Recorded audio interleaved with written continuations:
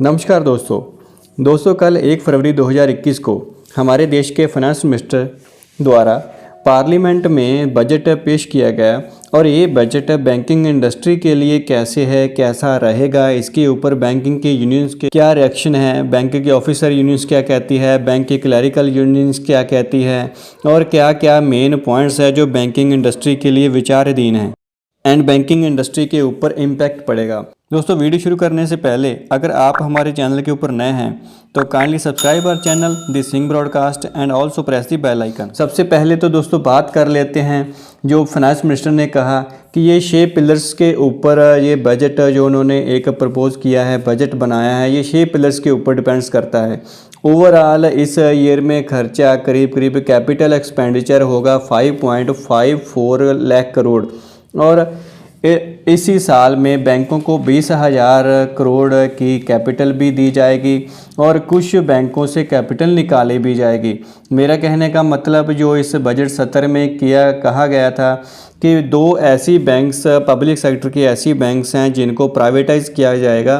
Clear cut government ने अपना रुख प्राइवेटाइजेशन के ऊपर बिल्कुल क्लियर कर दिया गया है। इस बजट में बिल्कुल क्लियर लिखा गया है कि 2 ऐसे पब्लिक सेक्टर्स बैंक है जिनको प्राइवेटाइज किया जाएगा और एक इंश्योरेंस कंपनी होगी जिसको प्राइवेटाइज किया जाएगा और साथ में ही LIC life insurance corporation of India, इसका भी स्टेक निकाला जाएगा। LIC ऑफ इंडिया का IPO आएगा इस साल में। IPO आएगा तो उसके साथ भी इसका कुछ होल्डिंग जो स्टेक है वो सेल होगा। इसके ऊपर all India bank employee association ने 1 फरवरी 2021 के इस लेटर में एक अपना विरोध जताते हुए प्रेस रिलीज़ किया है। प्रेस रिलीज़ में उन्होंने यही लिखा है कि इस बजट सत्र में बजट सत्र में बैंकों को बेचने की तैयारी हो रही है, इंश्योरेंस कंपनियों को बेचने की तैयारी हो रही है और साथ में ही एक बैड बैंक जो आइडिया नया लेके आई है सरकार बैड बैंक बनाने का और बैंकों को प्राइवेट करने का, उसके ऊपर उन्होंने अपनी प्रतिक्रिया जाहिर की है इस लेटर में। दोस्तों ये लेटर आप इस वीडियो को पॉज करके आराम से पढ़ सकते हैं। मैं आपको हाईलाइटेड पॉइंट इसमें बताता हूँ। इस लेटर में दोस्तों पहले तो यही कहा गया है कि जैसे कि देश की जनता को ये उम्मीद थी कि ये जो बजट आएगा ये ग्राउंड रियलिटी को बहुत ही टच करेगा। जो कोरोना के कारण, कोविड-19 के कारण पेंडेमिक पीरियड निकला है 2020 में, उसके बाद गवर्नमेंट को कुछ ना कुछ सीख मिली होगी और वो ग्राउंड रियलिटी से मिलता जुलता ही ऐसा एक बजट निकालेंगी जिसकी देश को ज़रूरत है। लेकिन ये ग्राउंड रियलिटी से बहुत दूर का बजट है, कोई भी इसका मेल जोल नहीं है। जैसे कि गवर्नमेंट के इकोनॉमिक सर्वे के रिगार्डिंग एक टॉप प्रायोरिटी थी कि पॉवर्टी को रिडक्शन करने की, गरीबी को हटाने की, लेकिन गरीबी को हटाने के बदले जो करोड़पति हैं उनको अपने एसेट्स बेचने की तैयारी हो रही है इस बजट सत्र में।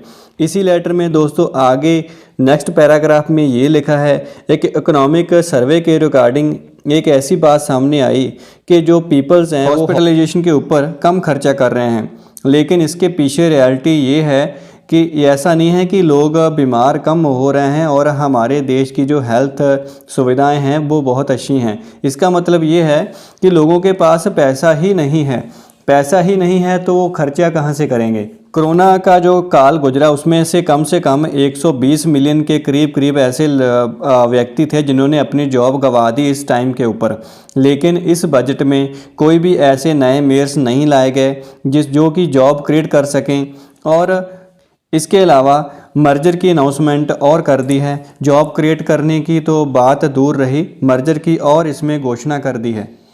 दोस्तों नेक्स्ट पैराग्राफ में ये मेंशन्ड है कि फाइनेंस मिनिस्टर ने ये तो कहा कि फार्मर्स की इनकम को डबल किया जाएगा, लेकिन इस बजट में कोई ऐसा प्रावधान तो इन्होंने बताया नहीं कि कौन से ऐसे मेयर्स हैं जिनके हिसाब से इस डिक्लेरेशन को अचीव करेगी गवर्नमेंट।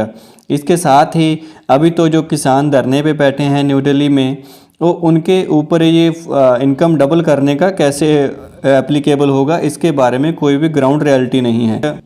इसके साथ ही जो FDIs का शेयर होता है इंश्योरेंस कंपनियों में वो पहले 49% था, लेकिन उसको भी बढ़ा के 74% कर दिया गया है। साथ ही दोस्तों LIC का जो IPO उसको वेरी सून अभी अनाउंसमेंट करेंगे आने वाले इस सत्र में, जो 1 अप्रैल 2021 के चालू होगा फाइनेंशियल ईयर। इसमें LIC का IPO आएगा, LIC का भी शेयर बेचेंगे। इसके साथ 2 और पब्लिक सेक्टर बैंक हैं जिनमें मैंने पहले ही वीडियो में शुरुआत में ही कह दिया आपको कि 2 पब्लिक सेक्टर बैंक और एक जनरल इंश्योरेंस कंपनी को प्राइवेटाइज कर दिया जाएगा इस साल में, लेकिन इनका नाम अभी कोई सामने नहीं आया। साथ में ही दोस्तों जो बैड लोन हो जाते हैं बैंकों के, जो NPA अकाउंट्स हो जाते हैं, वो ज़्यादातर जो कॉरपोरेट डिफ़ाल्टर्स होते हैं, बड़े बड़े अकाउंट करोड़ों के जो अकाउंट्स होते हैं उनके ही होते हैं। उन्हीं के कारण बैंक को ज़्यादा प्रोविजनिंग करनी पड़ती है और बैंक की बैलेंस शीट बिगड़ जाती है। इसके साथ अभी जो इस बजट में एक बैड बैंक बनाने का प्रस्ताव आया है, बैड बैंक बनाया जाएगा। बैड बैंक बनाने का प्रस्ताव दोस्तों यही है कि जो बैड लोन है वो बैंक की, पब्लिक सेक्टर बैंक के जो भी बैंकों की बैलेंस शीट होगी उसको उससे हटा दिया जाएगा, उनको वाइट वॉश कर दिया जाएगा, उनको वहाँ से हटा के बैड बैंक में डाल दिया जाएगा। और इसका भी इनडायरेक्टली जो फ़ायदा होगा वो कॉरपोरेट सेक्टर को ही होगा। जैसे कि यूनियन ने लिखा हुआ है कि इस बजट ने हमें बहुत ही डिसपॉइंट किया है। And as regards the government proposal to privatize the banking along with the more FDI in insurance sector, sale of the share of the LIC, starting a bad bank, ARC, etc. AIBEA will shortly decide agitation program including strike action। और strike करेगी AIBEA, banking industry, जो banking employees हैं वो strike करेंगे इसके लिए और agitation programme अपना अनाउंस करेंगे इन द नियर फ्यूचर। इसके साथ ही जो दोस्तों बैंक के एम्प्लॉयज़ की ऑफिसर एसोसिएशंस हैं 4, all India bank officer confederation, all India bank officer association, Indian national bank officer congress, national organisation of bank officer, इन्होंने भी अपना एक प्रेस नोट जारी किया है 1 फरवरी 2021 को।